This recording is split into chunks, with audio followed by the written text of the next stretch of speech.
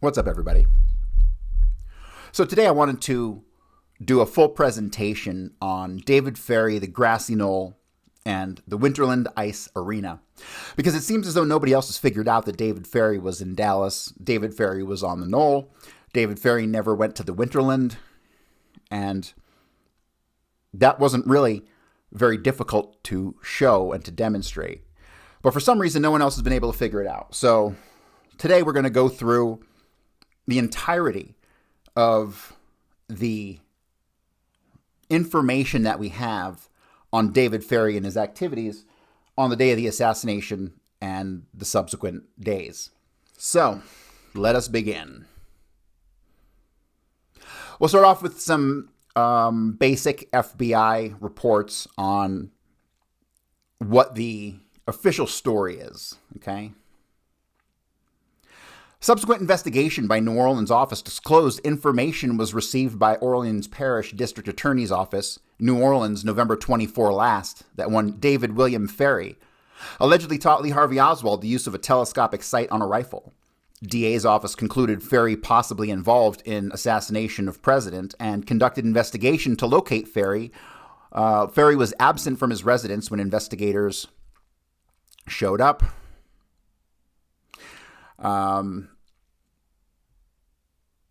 Next page, assassination of President John F. Kennedy, November 22, 1963, Dallas, Texas.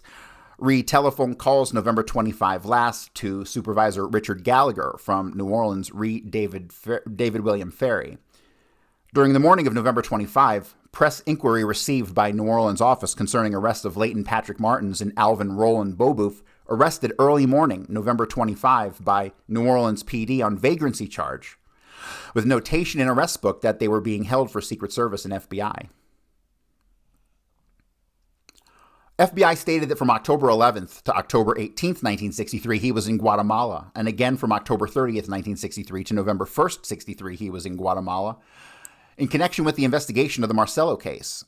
Ferry said that prior to a very recent trip, he was last in the state of Texas in August 1962, at which time he was in Orange, Texas.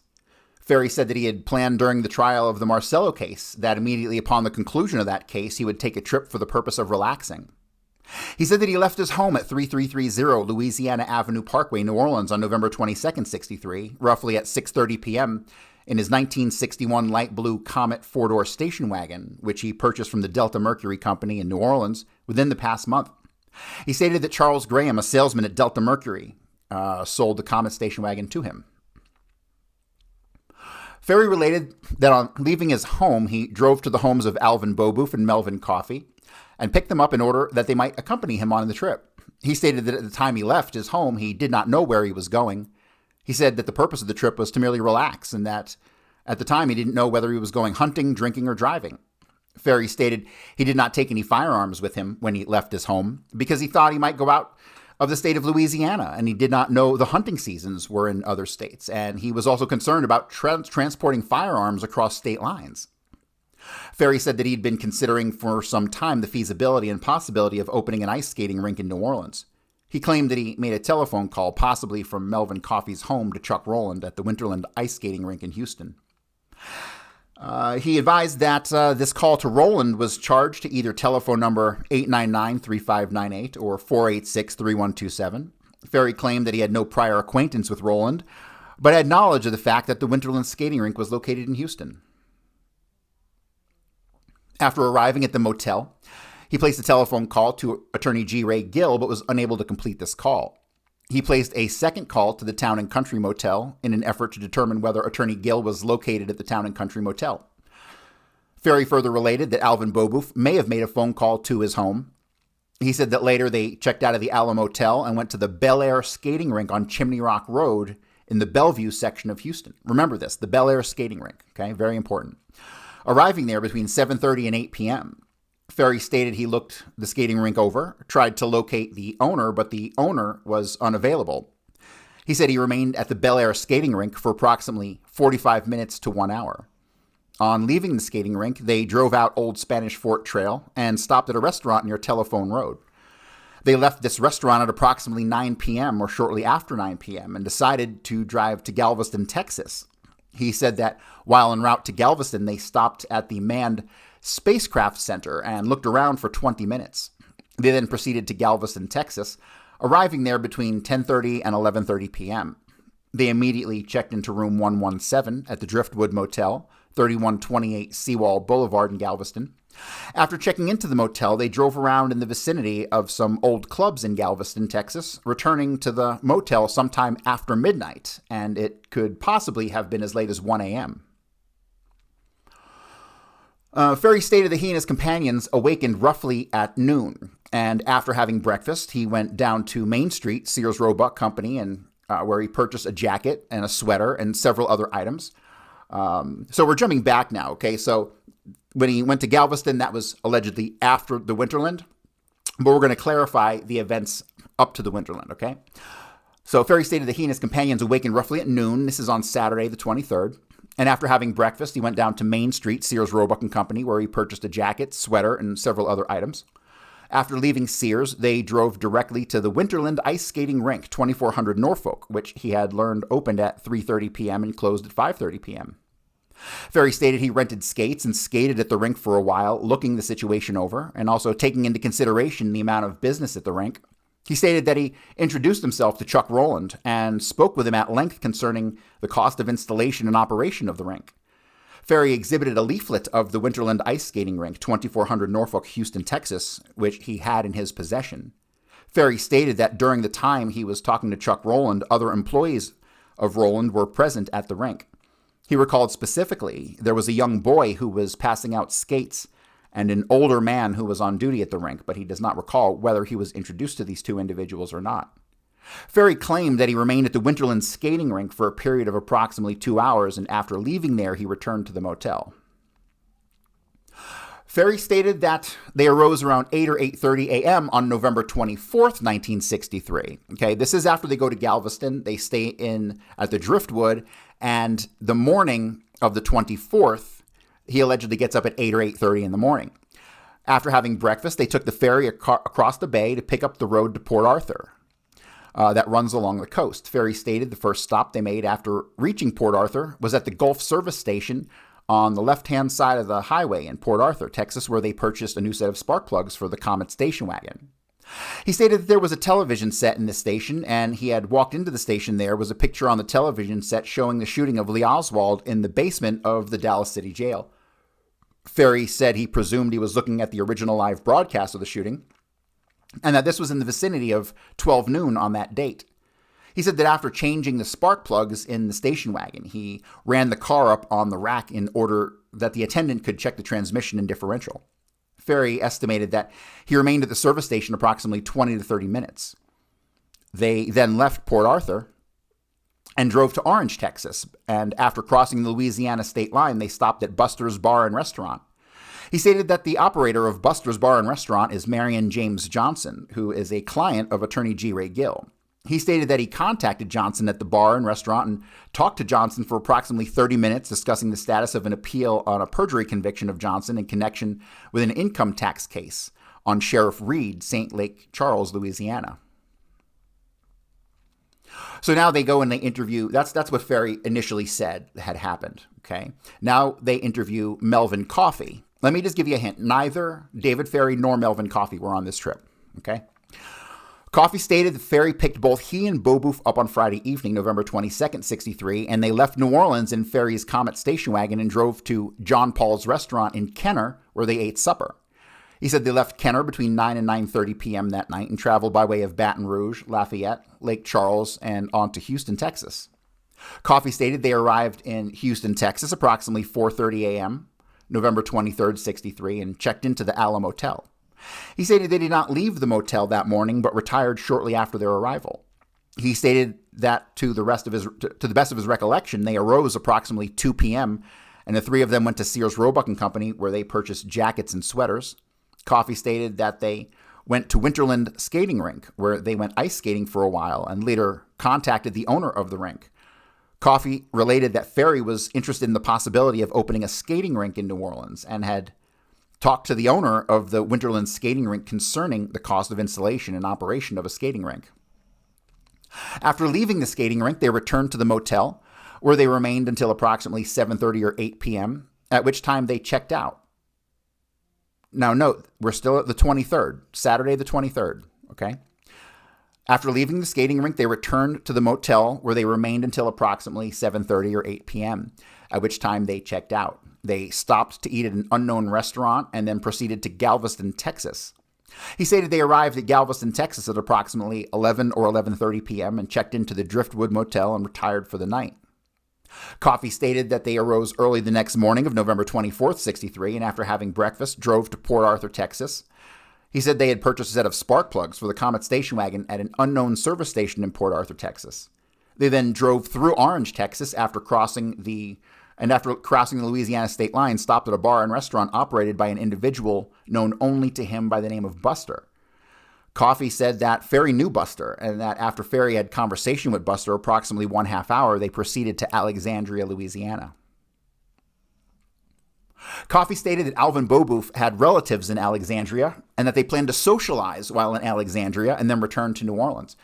He said that after arriving in Alexandria, David Ferry attempted to contact attorney G. Ray Gill, but was unsuccessful in contacting him. Ferry then called his home and learned from Leighton Martins that allegations had been made involving Ferry in the assassination of President Kennedy. Coffey said that after learning this, they immediately returned to New Orleans, and that on arrival in New Orleans, Ferry dropped him at his home. Coffey stated that he's never heard David Ferry make any statements that he thought President Kennedy should be killed, and has never heard him outline any plans or make any comments as to how this could be done or how it should be done. All right, so now we have an FBI document that talks about their time at the Alamo Motel. This is an extremely, extremely important and extremely telling document when you dissect all the information on it. On November 28th, 63, Lee Fletcher, Porter, Alamo Motel, made available the registration card for the 23rd of November, 1963, which reflects the following information.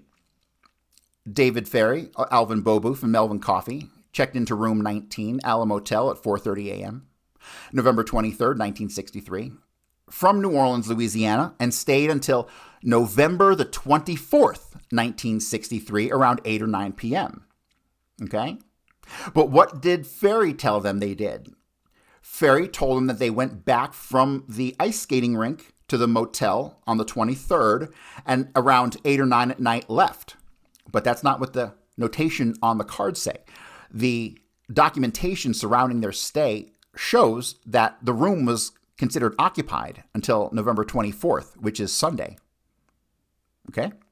They were driving a Comet automobile bearing Louisiana license plate 784892 or 784895. While at the motel, Ferry made the following phone calls. The New Orleans numbers that he called, he called G. Ray Gill's office, he called the Town and Country, and then he called 2 radio stations, WSHO, and in the documentation it says WDSH radio, but there's no such thing. There's no such thing as WDSH radio. It's WDSU television, okay? That's who we called. And you'll note that by putting WDSH radio, they tried to hide that fact. Now, why would they be calling these numbers? Well, if you'll recall, Kerry Thornley made it a big point to point out to Garrison in his 50-page confession affidavit that he had good friends, particularly Walter Sheridan at WDSU television, and he knew the people who were working at WSHO, right? So both of these radio stations are cutouts. That's what they're doing here. They're acting as cutouts. And my suspicion is that the WSHO and WDSU calls were meant to either check in with or relay information to or from Kerry Thornley, who, like I said, in his 50-page confession letter to Garrison, made it an overt point that he had friends there at these places. Okay? Then there's one call made to a local number. And in no document anywhere ever has this been identified. The number is MO 4-3581. Okay. Of course, I identified it. I think we'll get to that. So now the Winterland Ice Skating Rink, otherwise known as the Winterland Ice Arena. We're going to read the testimony of a man named Roland Charles Roland. He's the man who was working in at the Winterland at the time that David Ferry allegedly came, okay? So, first off, I need you to think real hard. Have you ever met anybody named Roland? No parent would do that to their child, okay? And they didn't, and we'll see that coming up. All right, so Mr. Roland, calling your attention to the time you returned to the ice rink, did you have occasion to meet someone? Yes. Who was that? A very unusual thing, Mr. Dave Ferry. The reason this is such a memory to me was because of the way he approached me. He had called a week before or several days before asking about our services. We get many calls from people coming out of town because ice skating is an unusual thing to many people and they like to try the sport. Mr. Ferry made quite a point, actually. He made a little bit of a pest of himself at the time. Mr. Roland, I'm going to show you an exhibit marked for the purpose of identification S10 and ask you if you recognize the person depicted. Yes. Who is that person? Mr. Dave Ferry. Is that the man you are now talking about? Yes. Would you like a description of him? Yes, go ahead. He had red hair, wore a toupee, sort of a ruddy complexion. Did you have a conversation with Mr. Ferry at this time? Yes, I did. What was that? He came in and made known he was there, his party, himself, and 2 others. Was he with anyone at the time? He was by himself when he came up, but later he brought 2 others over and introduced them to me, but I do not recall their names, and frankly, he came back and talked to me. I was waiting on people, and he made quite a point of the fact that he was there. Mr. Diamond, Clay Shaw's attorney, this is during the Clay Shaw trial, Mr. Diamond objects. He says, I object to this conclusion. The court then says, you can testify as to how many times he met with you or spoke with you, but you're drawing a conclusion. And then Mr. Alcock says, Mr. Roland, after this first encounter or introduction by Ferry, did you have occasion to talk to him again that same afternoon? Yes. How many times? Approximately 5. And what was said on these occasions by Ferry? Nothing, except to let me know he was there. And I think you said Ferry did not rent any skates. That is correct. He did not skate. He spent most of the time walking around in the lobby, looking in the pro shop and watching the skaters. He made a number of trips to the telephone booth and then his 2 companions, and he said he was talking to his companions and talking to me on another occasion.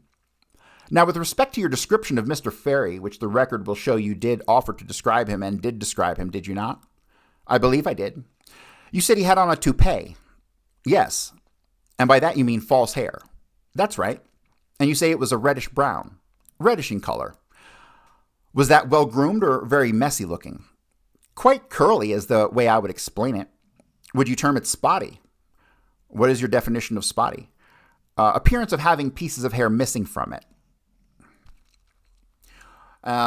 He doesn't know about that, so let's move on to the next question. Now let me ask you, with respect to David Ferry's eyebrows, do you recall anything unusual about them? They were unusual, but I can't explain in what way. You do recall they were unusual, like possibly they were plucked or some shape, you say. Quite possibly you saw them. Yes. Were they bushy? You mean wide, bushy eyebrows? Let me help you a minute. May I have the pictures of Ferry, please? I don't know the number. And then by Mr. Diamond, he says, I show you first a photograph that has been marked for identification as State 8, Mr. Roland purporting to be a photograph of David Ferry after his decease, and ask you to observe the eyebrows in that photograph. Yes. I also show you another photograph marked for identification State 10, likewise purporting to be a photograph of Dave Ferry, and ask you to observe not only the eyebrows, but the back of the hair on this photograph. Okay. Having seen these photographs, are you able to give us any more detailed description of the appearance of Dave Ferry's eyebrows? They appeared to me, what I recall, full. They weren't plucked, but they were shaped up like a woman does, in a sense. You said that they were full. That is correct. How many times did Ferry introduce himself to you? Approximately 4 or 5. Did he mention his name on 4 or 5 occasions? Yes, sir, he did. Did you consider this strange? Quite strange. Recrossed by Mr. Diamond. One moment, you said Mr. Ferry introduced himself to you 5 times. I said a number of times, and each time there was quite a point made out as to who he was. Didn't you say 5 times? And Alcock objects. The witness is not responding to my question. Let me just fast forward past this stuff. Didn't you say he introduced himself to you about 5 times? I said about 5 times, yes. Yes, in what words, how did he introduce himself to you upon these occasions? Through conversation. Did he say, I'm David Ferry 5 times, or what? He pointed out his name like I, Dave Ferry, this or that in conversation. How about the first time he introduced himself to you? What did he say then? He said, I'm Dave Ferry. I'm the one that called you from New Orleans about a skating party, and I have my party here. Was there anything unusual about that first introduction? Yes, because when I talked to him on the phone, that's a public session, and you just come in and skate. You thought it unusual for him to identify himself when he comes in. At a public skating session? I sure do. It happens very seldom. So, one thing I need to point out is that Dave Ferry says that he went there and went skating to the FBI, but yet Mr. Roland, Chuck Roland, tells the FBI that he didn't go skating. He just went over and sat by the phone and made some calls. Okay? The descriptions he gives of David Ferry with the red wig, Dave Ferry did have a red wig, but he's talking about his eyebrows being all big and full. David Ferry painted his eyebrows on. Okay? He didn't have big, full eyebrows. He had what almost looked like black magic marker drawn on his face. So there's something up here with the description of the eyebrows, right? But we will return to Mr. Roland here shortly, and we'll see that even Mr. Roland is not who we're told that he is. All right? All right, so here we go. The following investigation, FBI document. I read David William Ferry. Investigation conducted by Carlos Kirby Jr. at Galveston, Texas. Okay? So we're fast forwarding to Galveston. Remember, David Ferry said that after the Winterland, they went to Galveston and arrived the 23rd at night at 11:30, something like that. But the documentation on the Motel shows that they didn't check out till the 24th until 8 or 9 p.m. Okay? So here we are at Galveston. On November 28th, 63, Mrs. Mary Doveri, clerk, Driftwood Motor Hotel, 3128 Seawall Boulevard, Galveston, Texas, exhibited hotel registration card number 38068, which reflected that Melvin S. Coffey, Alvin Beaubouf, and David Ferry registered at this hotel at 11 p.m. November 23rd, 1963, and were assigned room 117. They listed their addresses as 618 North Pierce, New Orleans, Louisiana. Records reflected that they checked out November 24th, 1963, time not listed. This is a document from Garrison's files, and Garrison has written in here, false address given as to D5 at least. Or DF at least, and there's another marker as far as David Ferry goes. Yeah, 618 North Pierce was actually Melvin Coffey's address. Mrs. Doveri stated that on November 24th, 1963, one of these individuals made a telephone call to Alexandria, Louisiana, talked 3 minutes, and the total charges were $1.05. Telephone number called at Alexandria, unknown. So the one part of this entire trip that I haven't figured out is what happened in Alexandria. That's where Shaw's parents live. There's a small airport there. There was also a hotel there that Clay Shaw had stayed at in the past that Jim Garrison really dug into heavily. So I don't know exactly what happened in Alexandria, but I have a feeling it had something to do with Clay Shaw, because Clay Shaw was in Dallas with Erwin Heyman of the Jewish Agency in Switzerland. And so from there, he has to end up in Portland, where he shows up in Portland after getting off a train allegedly on the what date was that? It was the 25th, okay? So we have a gap of about 3 days that we don't know where Clay Shaw is, because he's supposed to be en route to this convention. But that gets canceled because of Kennedy, and he shows up a couple days later. So we have this huge gap of Clay Shaw where there's literally no documentation on anything. It's very frustrating. Those have been hidden. We're never going to see those documents. But I'm pretty sure the trip to Alexandria had something, because it's out of the way. When you look at where Alexandria is on a map, it's not on the way home. It's out of the way. So they had to have gone there and done something. But what they did, who knows? On November 28th, 63, Mrs. Shirley Dial, clerk at the Driftwood Motor Hotel, recalled that the above individuals checked out around 10 a.m. on November 24th. Okay, so they're checking out of Galveston at the Driftwood 10 a.m. on the 24th. But the Motel is still booked until 8 or 9 p.m. that night, the 24th, right? Right. So you have two hotels booked the same night, the 23rd. Keep that in mind. The above registration card reflected that these individuals were driving a Ford station wagon. Remember what David Ferry owned? He owned a light blue Mercury Comet station wagon. not a Ford station wagon. But what I'm going to tell you about the Mercury Comet and the Ford Falcon station wagon, which is what it was, they're identical vehicles with different branding. Okay? They're two distinct cars, but they look identical. This is very, very important. All right, let me go ahead and read this. This is a notation that Jim Garrison or one of his men made on this document. It says, an observation on an American success story. Note subsequent upward mobility of these 4 arrivals in Galveston the night of November 23rd, 1963. So they're commenting on how these people had became an American success story. It's a little tongue-in-cheek, right? So in early 64, Ferry and Beaubouf jointly open a filling station. Melvin Coffey is hired by NASA at Michaud, Space Vehicle Construction, and Breck Wall, who is an associate of Jack Ruby, who's not supposed to be connected to any of these guys here.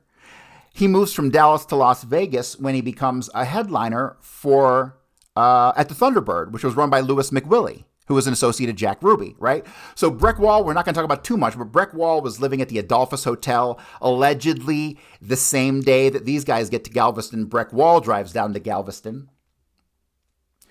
But Breck Wall never actually went to Galveston, and that's a whole other story we're not going to talk about today. It was another alibi phone call. It was supposed to be Breck Wall contacting Jack Ruby at the house of Robert McEwen, right? That's a false story, okay? Jack Ruby didn't call anybody at the house of Robert McEwen. Jack Ruby was in Galveston on the 23rd, okay? And all the pictures of Jack Ruby on Saturday the 23rd and at the hallway at the police department and at the midnight press conference, that was Samuel Ruby. That was not Jack Ruby. Jack Ruby left to go to Galveston. I don't include the documents in this presentation because it's kind of offshoot from what I'm talking about. But somebody witnessed, I believe that Saturday, the 23rd, Jack Ruby in either a hardware store or a sporting goods store, and he was either buying or selling a gun. So this person came forward after Jack Ruby shot Oswald and told the story to the FBI. So here we have the name Breck Wall. Okay, Breck Wall is actually not in Galveston. He's actually still up there, and he's actually probably calling McEwen to where Jack Ruby was. All right, but that's going to be a whole nother talk. Let's move on. The following investigation conducted by S.A. Joseph B. Kilgore at Port Arthur, Texas. November 28, 63, William Frank Powell, Week Service Station, 3649 Gulfway Drive, Highway 87, Port Arthur, Texas, advised on Sunday, November 24th, 63, about 1 or 2 p.m., 3 men in a light blue Comet station wagon stopped at the station. So remember, it was a Ford station wagon that left the motel at Galveston, or was registered at Galveston, but here we're back to having the Comet station wagon at the service station. The motor was not running smoothly due to oil on the spark plugs, and they purchased a new set. The driver was described as a white male in his early 20s, 5'9" to 5 inches 10, weighed 130 to 140, light brown hair, short cut. One of the other passengers met this same description. The third passenger was described as a white male, age 35 to 45. He was 5'10" to 6 foot tall, heavy build, dark hair. Powell stated that he did not discuss their origin or destination. The men watched television for a short time. Believed to be after the actual murder of Oswald, Powell advised they seemed to be in somewhat of a hurry. He does not recall the direction they went when they left. And then we see there's a notation at the bottom here. It says, no other pages in this document pertain to Ferry, and no pages on something in this document are classified. So that's just a notation that Garrison had observed. But here again, we have allegedly David Ferry and the two boys at the Week Service Station, November 24th, between 1 and 2 p.m. But remember, the Motel, whoever was staying there, didn't check out till 8 or 9 p.m. on that same date. FBI statement, this is just kind of a supplement to it. William Frank Powell, Week Service Station, Highway 87, Port Arthur, Texas, advised on November 24 last in the afternoon, 3 men in a light blue 61 Comet station wagon stopped at the station and purchased a set of spark plugs. Driver described as a white male, early 20s, blah, blah, blah. I'll skip all this. Number 2, described as a 45 to 50 years old, 5'10" to 6 foot tall, heavy build, dark hair, wearing trousers and a cowboy hat. Okay? So now the big husky guy that they're with, who was not David Ferry, is wearing a cowboy hat. David Ferry didn't own a cowboy hat. Number 3, described same as driver. While waiting for repairs, individual watched the TV. All right, so now we have a Ferry interview by John Voles at the DA's office, December 15th, 1966. Voles asks, "Did you take a trip on November 22nd, 63? Ferry says, "Whatever the day that the verdict was rendered in the Marcello case, I took a weekend vacation." "Where did you go?" "Houston, Galveston, and Vinton. I had some business for Gil to take care of." So note, he's saying he went on the trip to take care of some business for Gil, but he's already given a statement that he didn't know what he was going to do. He didn't know if he was going to drive or go hunting or what they were doing. And then he changed the story. "Oh, yeah, like Boboof remembered that there was an ice skating rink there, so that's where we decided to go." All right, but this is like much later. This is 3 years later, and he can't remember what he told the FBI the first time, right? So now he's telling them he had some business for Gil to take care of. Voles asks, "What's this business with Gil?" "One of his cases in federal court. Marion James Johnson was on appeal. I forget whether I was asked to ask him for money or a transcript or what." "You were going hunting. Did you take any weapons with you?" "Yes." "What kind?" "Shotguns." "How many?" "I assume offhand a weapon apiece. But if you'll remember in that initial FBI interview, he said that he didn't take any guns because he was worried about crossing state lines and didn't want to get in any trouble." Right? So here we have a direct contradiction to what he had told them previously. "You went to Houston and went skating. Do you recall whether it was the same day you left here?" "We left at night. We stayed in a motel. Have to go back to the FBI for accuracy. Sometime the next day we went ice skating. I was the only one that knew how." "Did you rent skates or have your own?" "We rented them. I don't think I had my own skates. I think we rented them." Okay, so remember, initially, he tells them when they went skating, and then when they interview Chuck Roland tells him that David Ferry didn't go skating, right? So here you have another contradiction in the story. "Did you leave for Galveston in the morning or night? Do you know what you did when you got to Galveston besides finding it dead?" "I remember the morning in Galveston because we went out looking for bars and found out the only thing you could buy was beer. By our standards, it was dead. It couldn't get deader. So far, the vacation had been falling on its head. It seems to me it was inclement, some inclemency in the weather, coolness. I don't know what we expected for November, but we wanted something pleasant. I'm trying to recall whether I stopped at Vinton on the way to Houston or coming back." Okay, so we have a couple more contradictions. Here he's talking about, "I remember the morning in Galveston because we went out looking for bars and found the only thing you could buy was beer." But he had previously told them that they left Houston 8 or 9 at night, got there about 11, checked in 11:30, and then went out and the bars were dead, right? So at first it was at night, and now it's in the morning. "I'm trying to recall whether I stopped at Vinton on the way to Houston or the way coming back. I think I may have my dates all mixed up here. I think we stayed in Vinton that night. The night of the 22nd. The night of whatever date we left here." Okay, so now he's changing his story again. Now he's saying that they left from New Orleans and they went to Vinton and he stayed the night in Vinton. But that's not what happened, right? We know that's not what happened. Even in the official story, that's not what happened. They went to the Motel in Houston.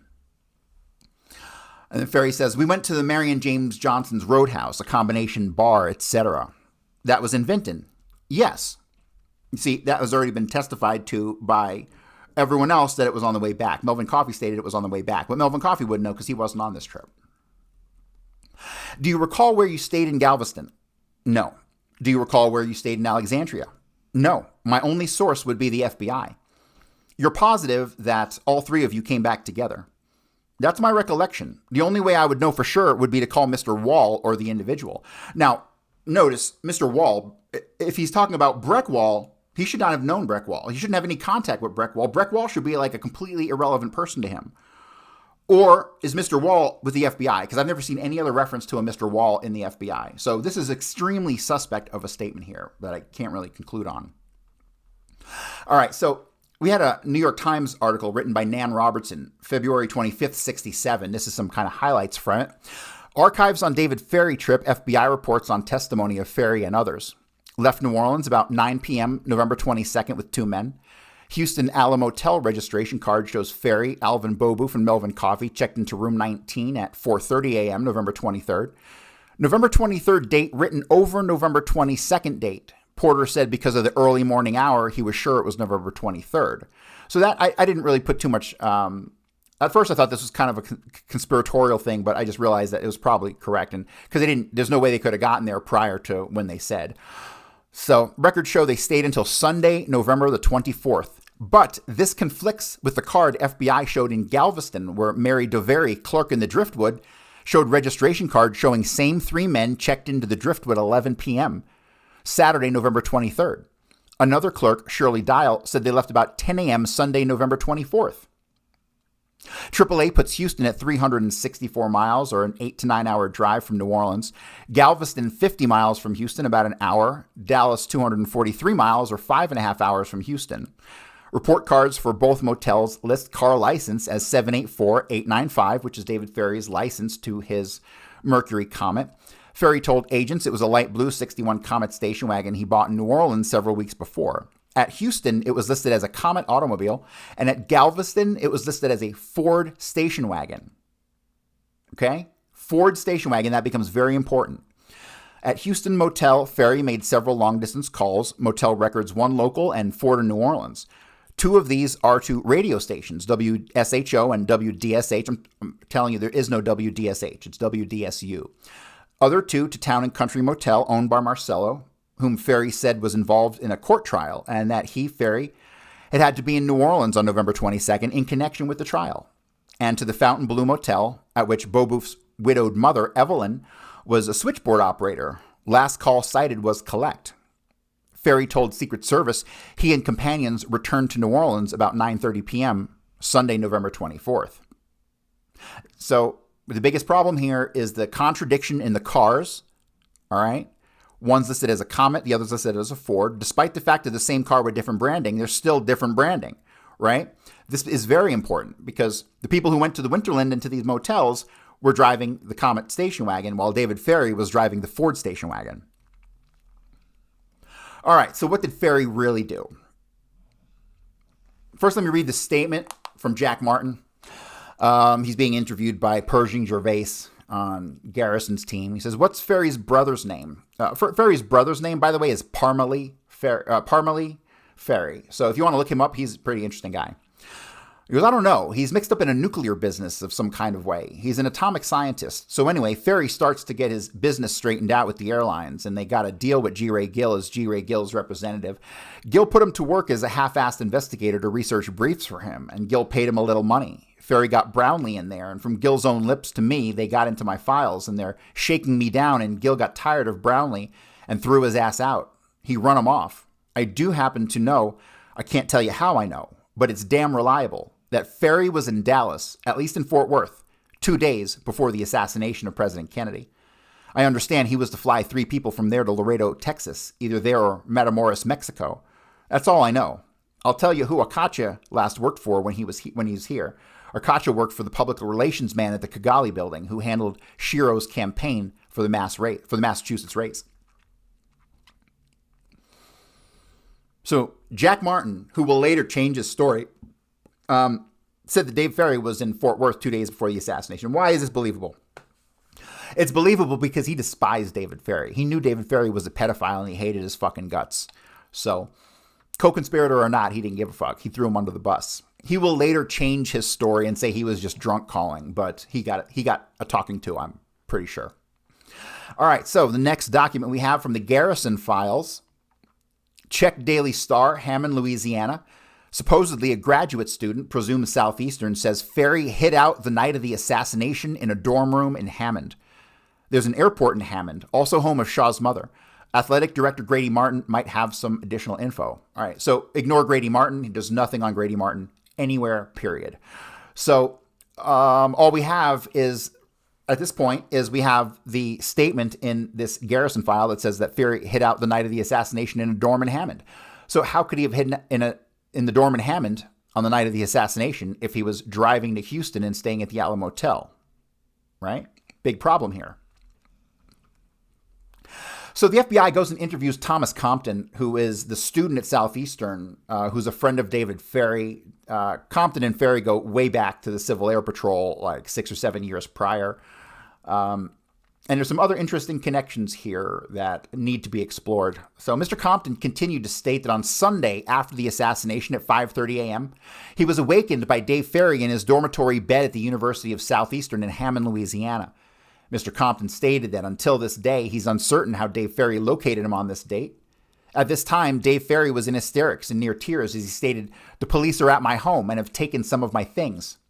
Compton stated that Dave Ferry did not elaborate on my things and stated that Ferry also related that he didn't do anything wrong.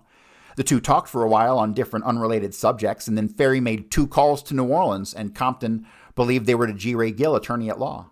Compton stated that Dave Ferry left at approximately 8:30 a.m. the same morning, and it is believed that he returned to New Orleans in a Ford Falcon station wagon painted light blue. Okay, Ford Falcon station wagon. Where have we heard about that before? At the Galveston Hotel, right? Compton stated that Dave Ferry did not tell him he'd been to Texas. Compton stated he'd never met Lee Harvey Oswald, and also that he could not connect him in any way with the CAP. The only knowledge Oswald had was from Mr. Bill Wolfe, who headed the New Orleans Astronomers Club. Okay, this is like, holy shit, mind-blowing, this last paragraph. And it wasn't until I went through all the Oswald stuff before I realized how amazing this last paragraph is. But let me explain away a couple things here. So he says that Ferry showed up Sunday at 5:30 a.m., okay, and that Dave Ferry was freaking out because the police went to his house and took his things. That is impossible because that incident didn't happen until just after midnight on Monday. So Compton is mixing up his stories here. He says he's uncertain how Dave Ferry located him. That's a lie also, and we'll get to that here momentarily. So yeah, Dave being in hysterics, that wouldn't have happened until the next day. That could not have happened Sunday 5:30 because the police don't go to Ferry's residence until after midnight on the 25th, which is Monday. So there's a problem there. Dave Ferry says he sees him. He leaves at 8:30 in the morning on the same day. And he leaves in the Ford Falcon station wagon painted light blue. So let's go to the next statement. Let me comment real quick on the Bill Wolfe stuff, okay? So Bill Wolfe at the New Orleans Astronomers Club, this is extremely controversial because the time that Bill Wolfe and the Astronomy Club stuff was going on, which the FBI says was in 56, impossible for it to have been 56, and Bill Wolfe explains this to John Armstrong when John Armstrong gets a hold of him. And basically what happens is the time period that Bill Wolfe is supposed to have been interacting with Oswald is at a time that Oswald is provably in the Marines over in Atsugi, right? So I did extensive work on that, and I'm not going to get into any details, but the person who was working in New Orleans at that time period and who Bill Wolfe met with was 100% certainly not Lee Harvey Oswald. So we have a problem with that, that's a whole nother conversation. All right, now we're going to get to the statement of Frank J. Chelona Jr. And honestly, I've been doing this 7 years. July will be 7 years. I've been doing this basically full time. And so I've read hundreds of thousands of pages of documents. And of all the documents I've read, this is by far the most important document of all of Kennedy research. And it gets ignored consistently. After this, I would say the next most important is the 50-page affidavit from Kerry Thornley. Okay, so I don't know what people are fucking expecting with document releases. There's nothing new coming. You don't need anything new. We got everything. We got the goods. And you don't need thousands of pages of documents. All you need is a handful, right? And this is one of them. So this is a statement of Frank J. Chelona, who was Thomas Compton's roommate at Southeastern University, okay, in Hammond. In the fall of '63, my roommate was Thomas Compton. We were residing in Holloway Smith Hall, Southeastern University College. I think that on approximately November 22nd or 23rd, he told me that a friend of his would be staying in our room. Okay, so Chelona was made aware in advance that someone was going to be coming and staying in their room, right? So Thomas Compton lied when he said he didn't know how David Ferry found him that day. So Thomas Compton, you can say, is a conspirator after the fact. The reason for this person staying was said to be that he could be where many people could see him, establishing an alibi, right? Being where people could see you, just as he discussed at the party with Kerry Thornley and Perry Russo, right? And Clay Shaw said he knows where he's going to be, right? So I believe all that stuff because it's corroborated by the other documents. I was told his name was Dave. I don't remember for certain whether I was ever told his last name. I was told he was a psychologist. Well, in that year, in the phone book for New Orleans, David Ferry was listed as a psychologist, right? So we're talking about David Ferry. Here we go. And then on the 23rd of November, in the afternoon or perhaps the evening, I went to my room and found the man sleeping in my roommate's bed. His back was to me, so I couldn't see his face at the time. I noticed, however, that he was sleeping fully clothed and with his hat on.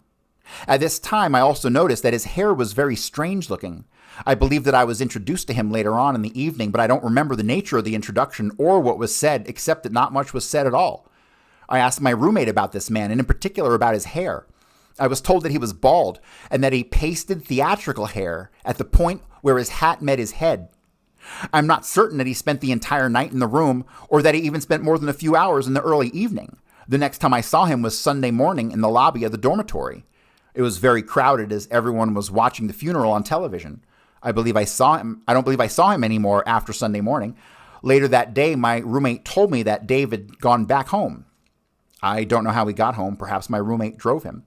At a later date, my roommate disclosed to me that he had either known or had heard of Lee Harvey Oswald through the Civil Air Patrol, of which he was a member for a short time. Okay, so that is a blockbuster document because that debunks the idea that David Ferry ever went to the Winterland, because he didn't.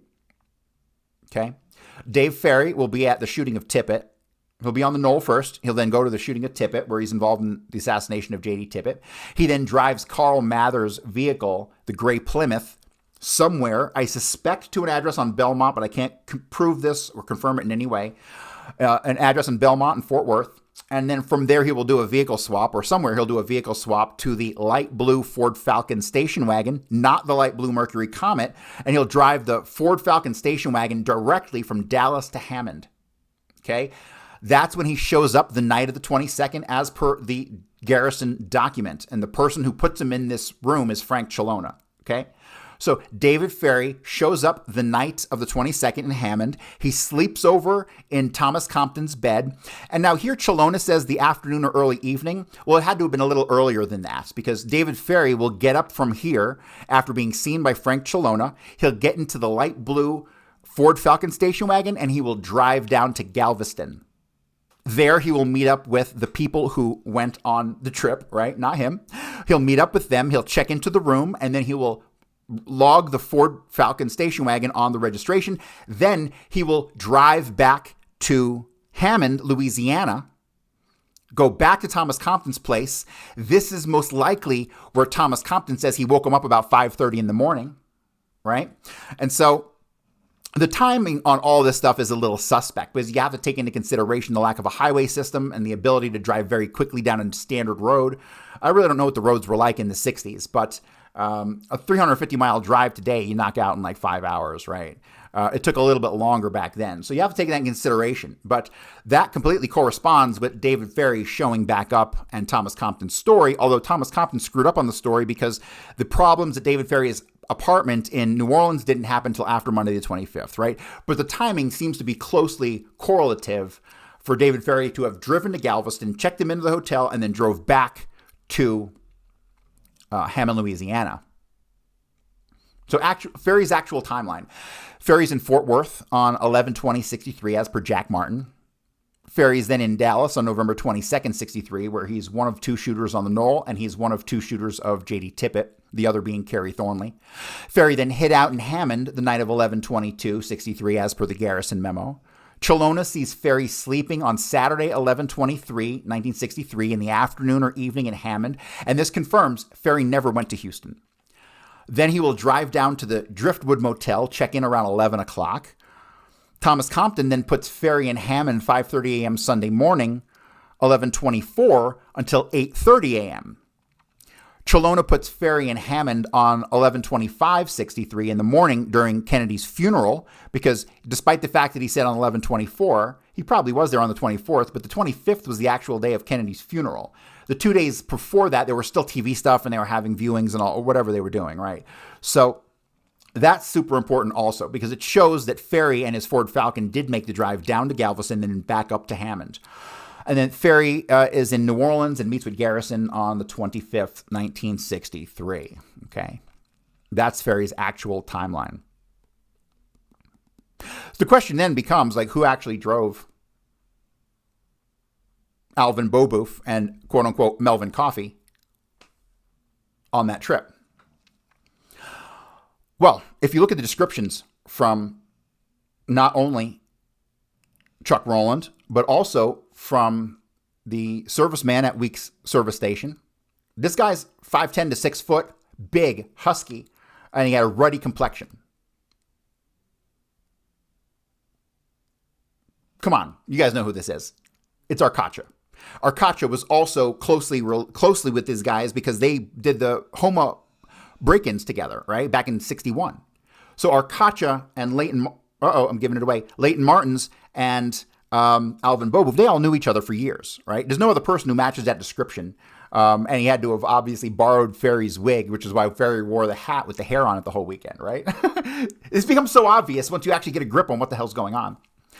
All right, so just a little more information from FBI reports that would put some of this blame on David Ferry as being responsible for the shooting. This is an interview with Mrs. Gay, who was a client of Clara Flournoy Gay, who was a client of G. Ray Gill. She stated that just prior to the assassination, she was having G. Ray Gill do some legal work for her of a civil nature. She made several trips to Gill's office and observed David Ferry, who had an office at Gill's office, and she understood that Ferry was an investigator for Gill. The day following the John F. Kennedy assassination, she, Mrs. Gay, went to Gill's office and observed two female employees were cleaning out Ferry's desk. She saw a chart or a sketch, and what caught her eye was the fact that this chart had Elm written on it and what appeared to be a street. There was also a building on the street that was with a square with letters VIP written in this square. Mrs. Gay stated that she remarked to the receptionist that this should be turned over to the FBI, the receptionist being Alice Guidros, who provided a fake alibi for David Ferry on the early afternoon of November 22nd, right? Mrs. Gay stated she remarked to the receptionist that this should be turned over to the FBI, and the receptionist then picked it up off the desk and threw it in the trash can, stating it was nothing. Mrs. Gay stated that she remarked to the receptionist that this should be turned over to the FBI. I duplicated that, sorry. Mrs. Gay stated she then took the document from the trash can, stating she would give it to the FBI, and the receptionist then grabbed the document from Mrs. Gay's hand again and threw it in the trash can. Mrs. Gay seems to be about 60 years old, reasonably intelligent, slightly nervous, and very cooperative.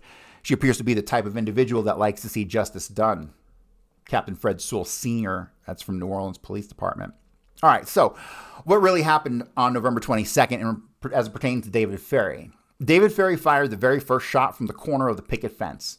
This shot hits Kennedy in the throat.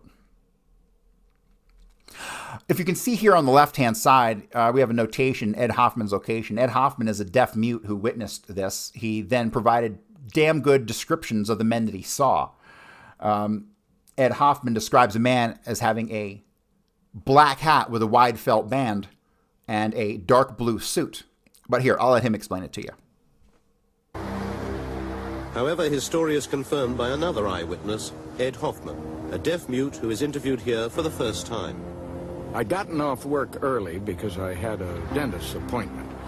I was traveling down the freeway here, and I remembered that President Kennedy was coming to visit Dallas. I parked my car here. I realized at this spot that I would be able to see Kennedy pass close by. I stood here and waited, and I was looking towards where he would be coming from. I suddenly saw two men who looked suspicious directly over there in the car park.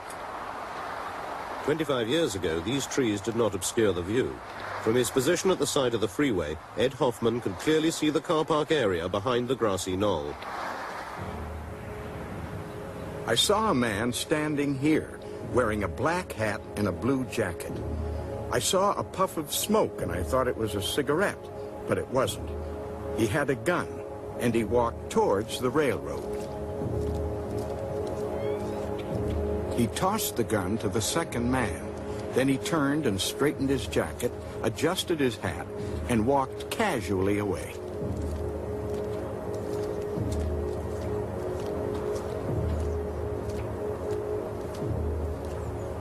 The man with the striped shirt, the railroad shirt, walked over to the electrical box with the gun.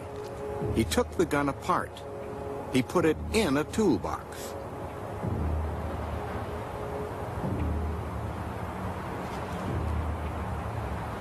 He then walked slowly away in the direction of the railroad track. When the motorcade passed by below me here, I realized that Kennedy had been shot. I was horrified. I saw a policeman standing on the railroad bridge, and I tried to get his attention, but he didn't see me. So I got in my car and drove to the area where I had seen the two men. but there were so many people there, and I couldn't find them.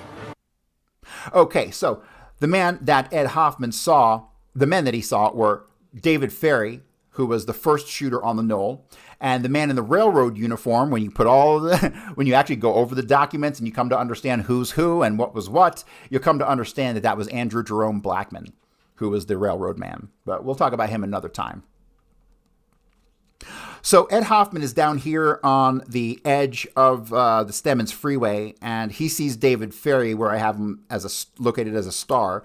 David Ferry will then walk casually, like Ed Hoffman said, over to the pergola where he's photographed, and then back into the railroad yards.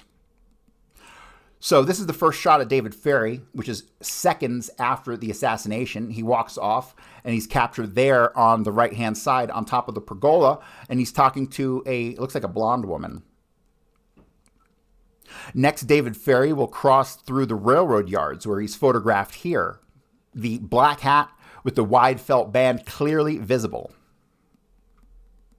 And when you compare that picture to David Ferry, a known picture of David Ferry wearing that same damn suit, it's clearly him, right? You don't even have to see all the minute details because that is clearly David Ferry with the same hat and the only suit he owned, a dark blue suit. And when you compare the description of the hat worn by the man who shot from the fence, as per Ed Hoffman, it's a match to David Ferry's hat, okay? This is not rocket science. Also in Dealey Plaza, Leighton Martins and Alvin Beaubouf, okay? This is before the alleged trip to the Winterland happened, right? So what does that mean? It means that somebody drove them in Dave Ferry's 61 Comet station wagon from Dallas down to Houston, okay? Completely debunks the idea that they left on the November 22nd from New Orleans, drove through all these places, and then get to the Alamo Motel at 4:30 in the morning. No. They drove down from Dallas, and the person who drove them was undoubtedly Sergio Arcacha. Undoubtedly. Matches the description, was in Dallas, shooter on the roof of the depository, and as he makes his escape in David Ferry's car, he takes these guys on their alibi trip. All right, so now we're going to play this clip from Velma, who observes David Ferry behind the book depository sitting in Carl Mather's gray Plymouth.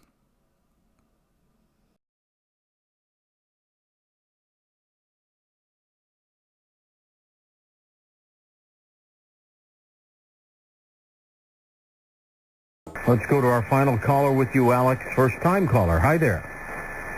Hello? Yeah, go ahead, please. I am Velma, and I live 100 miles from Dallas. I was living in Dallas at the time, and I had my car parked behind that Texas Depository book building. Yes, sir. I saw the shooter came out, and he had a very high-powered rifle. It was no bolt action, and Well, now, and let me ask you, please, because that rifle that they said Oswald used to kill Kennedy was apparently left upstairs. It was. You're saying you saw someone else come out sir. with a high-powered rifle. Okay, tell me what happened then.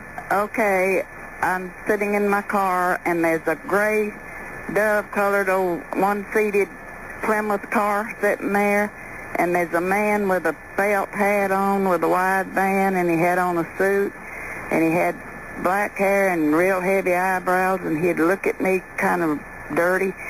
Well, about that time, a police car come and told this man to move, and he didn't move right away, and the police got out of his car, and I know later it was Tippett, and he told him, he said, I said move that car. Well, then, this man that's in this old gray car, he went straight on around and went around this big building that was across the street from me. Tippett went the other way, so they must have met back there. Did you say this to the Warren Commission, ma'am, or anybody else? I haven't told anybody because I didn't want, I had 4 children I was having support then, and I didn't want to get shot. And I saw the man, and I could tell you how he's dressed. All right, I want you... From there, David Ferry will go to the Tippett shooting, where he's involved with the assassination of J.D. Tippett. And like I said, from there, he will then go to a house, swap vehicles, and then drive the Ford Falcon station wagon, light blue, directly to Hammond, Louisiana, while Sergio Arcacha takes them to Houston to go to the Winterland. Now let's talk about the Winterland, because this is an entirely other rabbit hole. This is a patch from the Winterland Ice Arena, confirming the name. This is a photograph of the Winterland from the 1970s.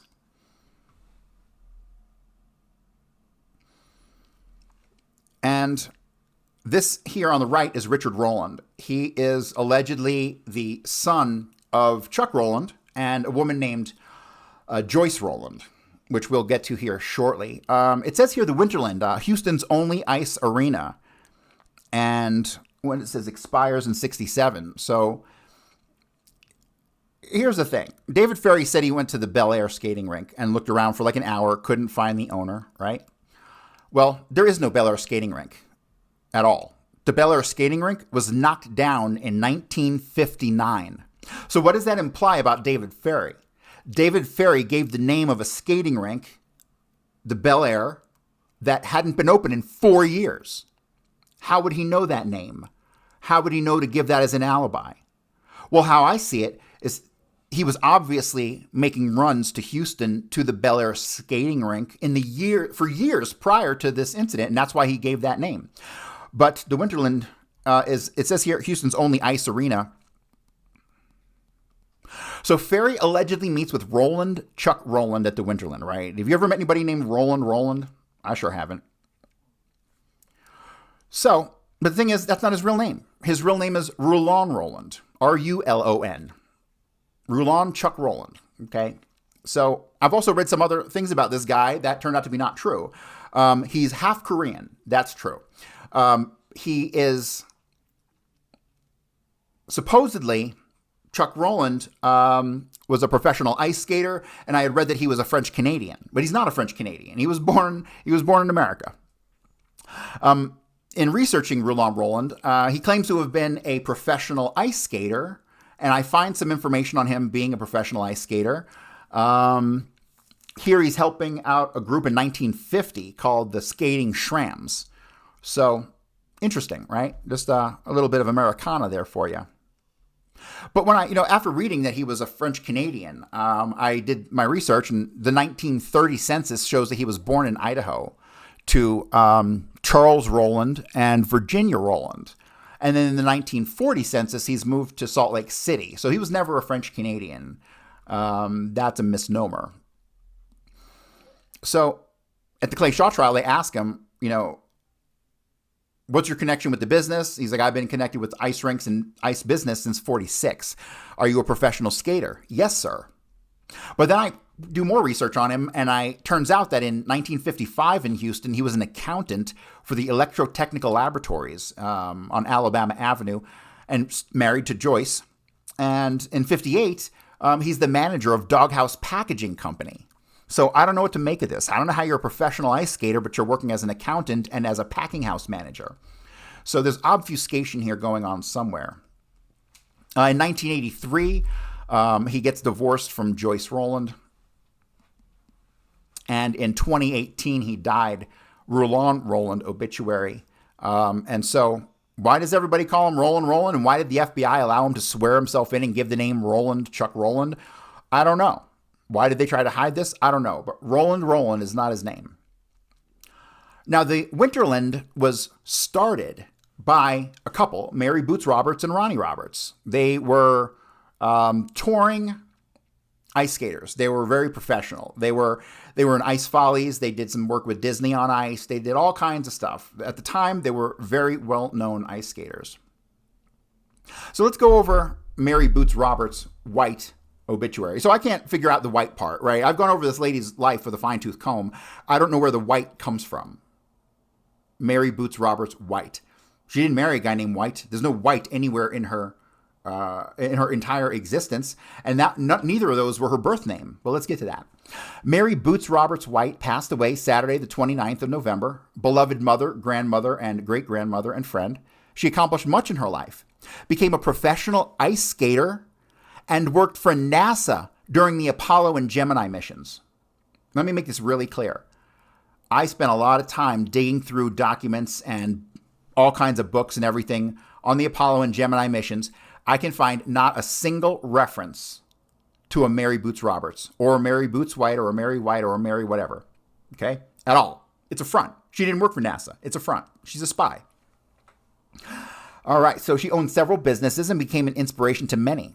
She is preceded in death by her parents, Joe and Corinne Calderon, and her brother, Joe Calderon Jr. That's very important. Her birth name is Calderon. Husband and skating partner Ronnie Roberts, sons Ronald Anthony and Roland George Roberts. She is survived by her son Greg Roberts and wife Ann, daughter Rhonda Shook, and husband, and I don't need to go through the rest of that stuff. The big thing here is that she worked for NASA, but I can't find any proof she ever worked for NASA at all. And she has her last name was Calderon. These are the two things that you need to get out of this. Now, Mary Boots Roberts, she had a cousin, a first cousin, by the name of Vincent Calderon Jr., okay? Let me read some of this. After graduating from St. Thomas High School in 1943, Vincent attended Texas A&M University, followed by an enlistment in the U.S. Navy. Upon discharge, he received his bachelor's degree from the University of Houston, followed by 35 years in the insurance business. That is blatantly false. Vincent was a board member of the National YMCA Scuba Program. One of Vincent's recreational diversions was teaching scuba at the downtown Houston YMCA. Vincent was a member of the St. Vincent de Paul Catholic Church, as well as the Sacred Heart Society of Little York. Vincent is preceded in death by his father, Vincent T. Calderon Sr., and his mother, Carolyn Calderon. He's survived by his wife of 50 years, Roberta Bobby Calderon, sons Tom Calderon, and wife Lou Calderon, and Jack Calderon, who's the grandson. Okay? We'll just stop right there. That's the most important stuff. So, when I'm doing my initial research, and this was back in like 2018, 2019, when I originally came across all this stuff. So I had done all this research on the Winterland, and this name Calderon had popped up. But the name Calderon popped up again later. And I'm like, what? Wait a minute. I was like, I know this name. Why do I know this name? Right? And so, let me read you this. It just so happened that I had moved on to Jack Valenti, and I was studying Jack Valenti, and he had a sister named Lorraine Valenti Dinerstein. And let me go ahead and read this. Lorraine was preceded in death by her loving husband, Ted Dinerstein, her brother, Jack Valenti, and his wife, Mary Margaret Valenti, so it's the right Valentis, and her parents. She is survived by her son, Tom Calderon, and his wife, Lou, and her son, Jack Calderon. Okay, and I'm like, at this point, I'm having a conniption, right? I'm freaking out. I'm like, what the hell is going on here? So, I come across this FBI document, and this is in the Jack Valenti file, right? And so it has a section here where it's listing Jack's known relatives, and it lists his mother and his father. And then for some reason, they redacted the name of his sister, but it's obvious that who it was. It was Lorraine Valenti Dinerstein, age 38, all of Houston, okay? Because that was the only immediate family, his only sister. And there was a line drawn from Lorraine's name to the column, and the name Vincent was on there, okay? So the FBI was aware of Vincent somehow, right? And so here we go. Since they obviously had the same kids, they had to have been married, right? And so what did I do? I find the marriage certificate between Vincent Thomas Calderon Jr. and Lorraine Bernadine Valenti, Jack Valenti's sister, right? So this is unbelievable. So the idea that Vincent Calderon Jr., who's married to Jack Valenti's sister, right? Basically what that means is Jack Valenti married into the family of Mary Boots Roberts. Okay, so let me move on to the next page. This is a post from Richard Roland, and Richard Roland is allegedly the son of Joyce Roland. Okay, and he goes, this is on Facebook in a private group that I was given access to. And it says here, this is my mom, Joyce Roland. I saw some previous posts where there were questions about who owned the Winterland ice rink. Her recollection is that the Johnson family built the building at the rink. They owned the multi-story building across the street that fronted Kirby and other real estate throughout Houston. Their motivation was from Ronnie and Boots Roberts. Ronnie and Boots owned or managed ice skating studio in the center where the Western Kitchen was. It was from there they talked to the Johnsons about building a full-size rink. Okay? So the Johnson family enterprise, Lyndon Baines Johnson, owned the Winterland. And it was built with a partnership between Mary Boots Roberts, Ronnie Roberts, and Lyndon Johnson. Okay? Ronnie and Boots owned or managed ice skating studios in the center where the Western Kitchen was. It was from there they talked to the Johnsons about building a full-size rink. This is where it gets very questionable. Something didn't go well with the Roberts, and my parents, Joyce and Chuck Roland, became the tenants of the building and managed the rink for many years. She's unclear why they gave it up, but my dad went into another business called Landia of Houston. My sister Rulona and Tammy both became professional ice skaters and traveled the world with Holiday on Ice and Ice Capades. Rulona won a world professional championship during that time period. So that's the most important stuff here. So what is it that we actually have? We've got Lyndon Johnson and the Johnson family enterprise own the Winterland. Okay. It is leased to Mary Calderon, who is Mary Boots Roberts, right? She has a brother named Joseph Jr., father's Joseph Sr., and her cousin is Vincent Calderon Jr. Okay. Vincent Calderon Jr. was married to Lorraine Valenti Dinerstein, who became Dinerstein later, but to Lorraine Valenti from 1950 until 1961. 11 years they were married. Okay. And then Lorraine's the sister of Jack Valenti, who was the right-hand man of Lyndon Johnson. So we have this closed loop of interaction between four people. We have four people who knew each other intimately. We've got Jack Valenti, Lyndon Johnson, Mary Boots Roberts, and her cousin, Vincent Calderon. All four of these people know each other. I have to emphasize this. All four of these people know each other. Lyndon Johnson to Vincent and Jack and Mary Boots Roberts. All right, so now here's where it gets good. We're back to the Motel registration stuff, right? So the phone calls that were made, to the Town and Country and to G. Ray Gill, WSHO Radio, owned by Hank Greenspun at the time. There's a great story behind WSHO and how it was acquired by Hank Greenspun. And then WDSH, like I said, WDSU, it's actually television. The connect there would be Walter Sheridan to Kerry Thornley. And they made one local call, and that local call went unidentified. All right? Unidentified.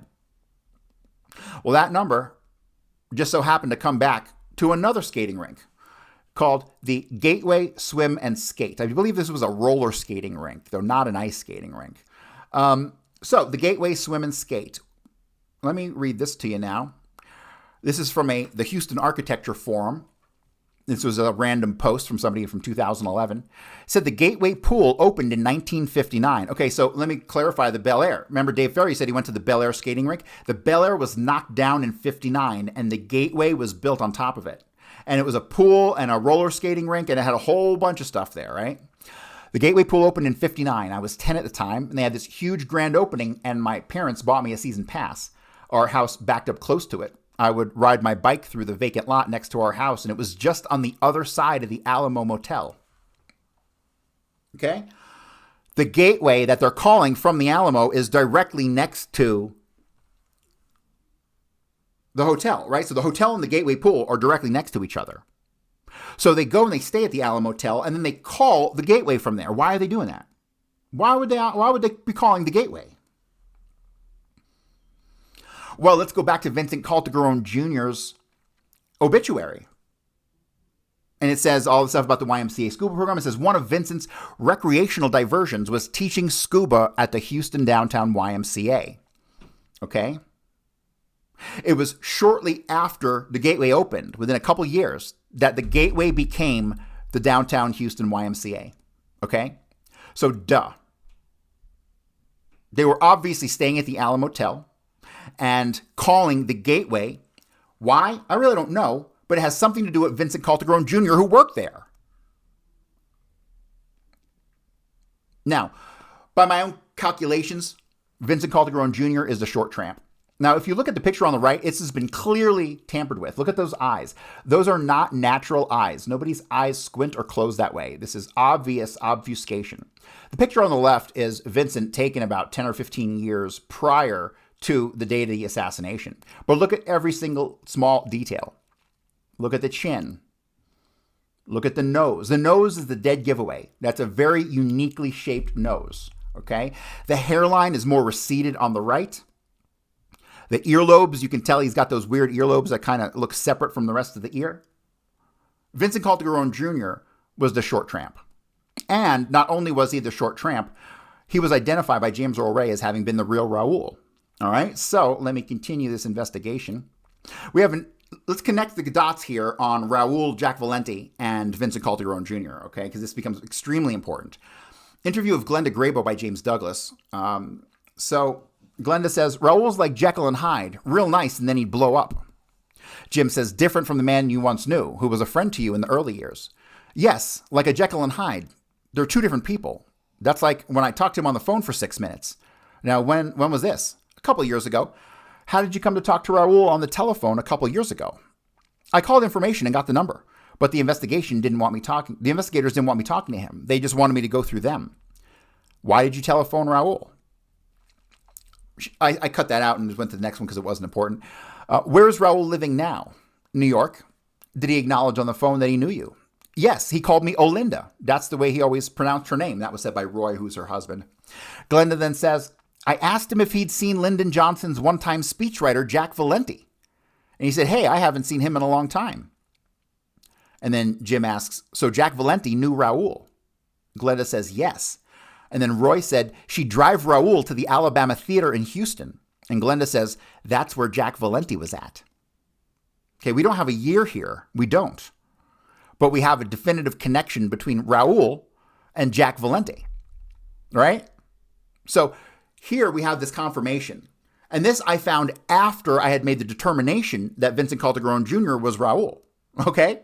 So Raul being the short tramp and then identified by James Earl Ray as having been the real Raul.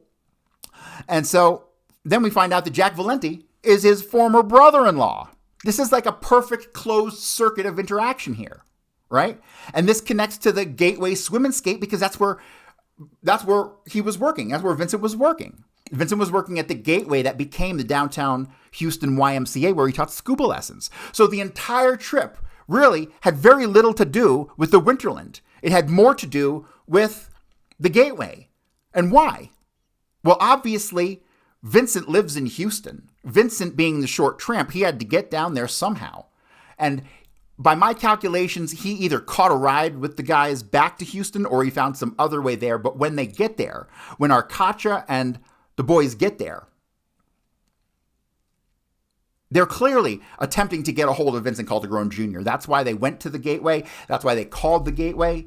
The whole trip to Houston revolves around Vincent Calderon Jr. Right? So then Jim asks Glenda Grabo, do you think Jack Valenti knows Raul's connection with the King assassination? And Glenda says, sure. And of course he would. Of course he would. Do I think Jack Valenti shot Martin Luther King? I think there's a goddamn good possibility. That needs to be explored. 100%. I'll tell you this much, though. One thing you'll never see in any book on Martin Luther King, but that you'll find if you clip the newspaper articles from like the day of and the day after Martin Luther King was killed. Right outside that boarding house that was involved in the Martin Luther King assassination, across from the motel, the one that backed up to it where allegedly the shot came from.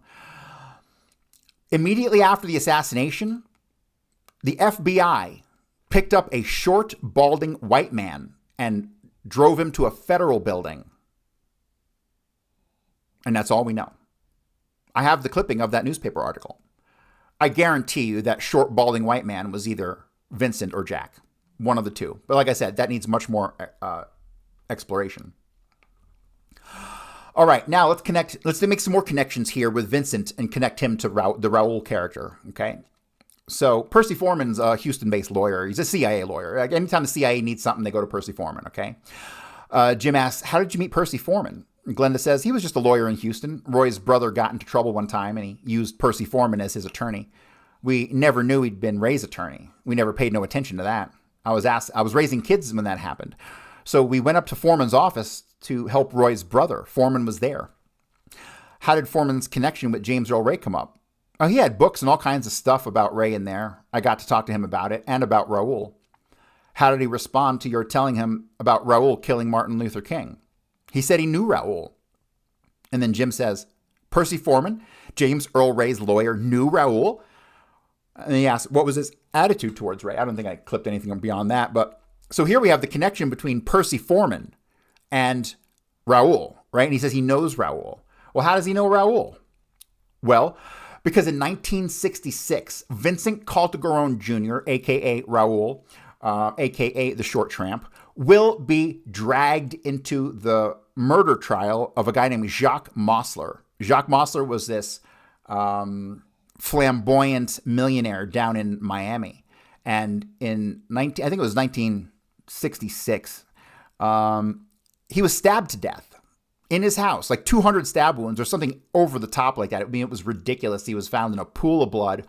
And then halfway through the trial of Mosler, it is uncovered that Vincent Calderon Jr., who at this time is allegedly supposed to be an insurance professional, okay, is actually Jacques Mosler's roommate, and he's working at one of Jacques Mosler's banks in Miami as an assistant teller, okay? So Vincent's whole life story about being an insurance professional is bullshit. He was the Short Tramp. He was Raul, and he most certainly was involved with this murder of Jacques Mosler. And why is this important?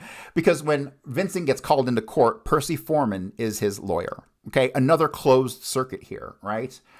And so let me see. I think we're about to wrap this thing up here pretty soon. Okay, and here's the last slide that I have. When I took the pictures of Joyce Roland, who was supposed to be the owner of the Winterland in 1963, or the person who was running it at the time, who was married to Roland, a.k.a. Chuck Roland, and Mary Boots Roberts, who was the original founder of the Winterland, right, who allegedly hadn't been there. She had left, and then the Rolands take over. Well, looking at these pictures, it's clear as day this is the same woman. The big giveaway here is the double turkey neck, and if you look at the lines on the face are identical. The ridges above the brow are identical, and the hair, the way it waves is identical. The picture on the left looks like it's a much older picture, like she's an older woman in that photograph. But clear as day, that's the same woman. So I have no idea what's going on here because I started to dig into the lives of Mary Boots Roberts and Joyce Roland, and there are two very distinct entire life stories for each of these women. So I don't know what the hell is up with this, but this needs much more explanation than we actually have. So, and that's going to do it for me today, guys. That wraps up what really happened with the Winterland, what really happened with the shot that came from the Knoll that struck Kennedy in the throat, David Ferry and his boys, clearly in Dallas, and Melvin Coffey. He got dragged into this and his name used as an alibi for Leighton Martins. I don't know why, for Leighton Martins. I don't know why they tried to hide the fact that Leighton Martins went on this trip, but they did. So now what I'm going to do, ladies and gentlemen, that's going to do it for the presentation, but I'm going to let this play out, and I am going to run through some true Americana here with some paraphernalia, I guess you'd call it, from the Winterland Ice Arena. Thank you, everybody.